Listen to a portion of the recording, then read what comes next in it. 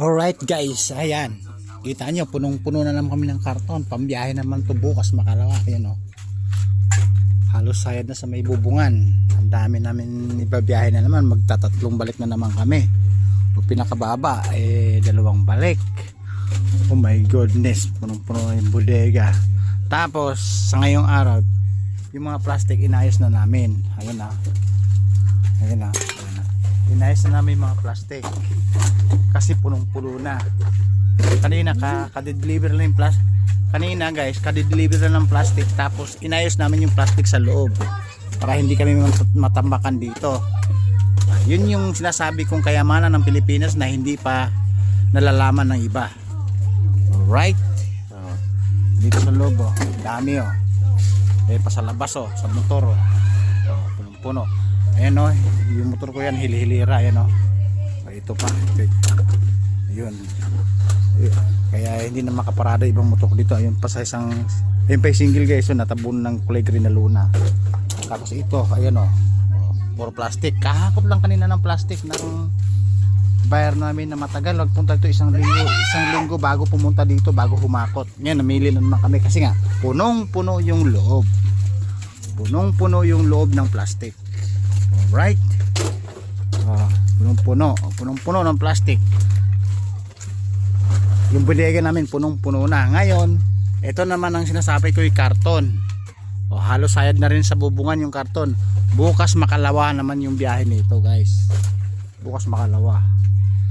Di ba? Para kahit papano, ganyan-ganyan lang, may dudukutin. Hindi kapos. Sa umaga tanghali hapon, may pang survival. Hindi yung nagmumukhang kawawa, mukhang tanga, di ba? Kahit papaano mayroong dudukutin dahil may araw-araw kang pagkikitaan oh. Katulad nito, ito guys, ito ang matindi, kayamanan ng Pilipinas. Ito ang pinakamahal oh. Nahana ito sa alloy inkan, alloy inkan to. Yung alloy na sinasabi ko, yung makakapal, mahal ang kilo nun. Ito naman, ito yung lata, pero alloy pa rin, kaya lang maninipis. Mas mababa ang ano nito, yung formula, at medyo mababa din ang presyo. Mas mahal pa sa bakal, triple yung presyo sa bakal nito. O, di ba? O, yan. Ito yung mga alloy namin dito.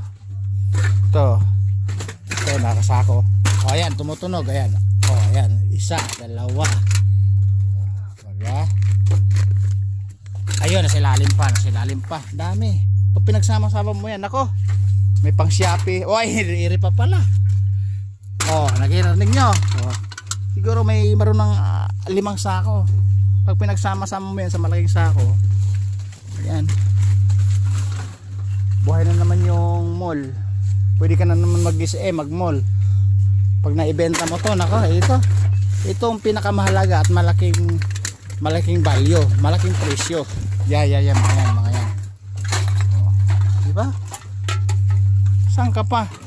May dudukutin sa kaliwa, may dudukutin sa kanan. Hindi nawawalan, mayroon talaga. O di ba? Bising-busy si Donya, bising-busy kapipili ng plastic. Dapat hindi na siya nagtatrabaho dahil doon niya na nga eh. Di ba? Natatawa ka pa yan oh.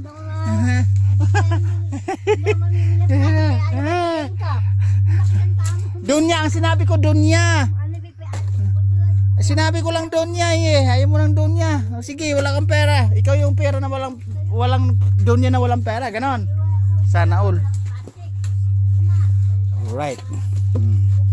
Sapatos yun ano eh. Kasi guys, ayan, ito nga, ulitin ko yung karton. Pasikip na naman yung daan namin kasi puno na naman yung bodega namin. Again, bukas Makalawa, may biyahe na naman kami. Alright, kaya mag-abang-abang tayo guys sa sinasabing destination na maganda. Yung sinasabi kong check the place. Alright. Kaya bukas Makalawa, mag-abang-abang kayo dahil maghahanap ako ng lugar na pag-iiwanan ko ng bakas na sinasabi ng mga followers at viewers na maghahanap ako ng destination o magandang lugar o magandang place na pag-iwanan natin ng bakas. Nakita naman mo sa ibang video, di ba? Yung mga bakas kong iniwan. Hindi bababa ng 200, 300 hanggang 500, 400, di ba? Nakita nyo.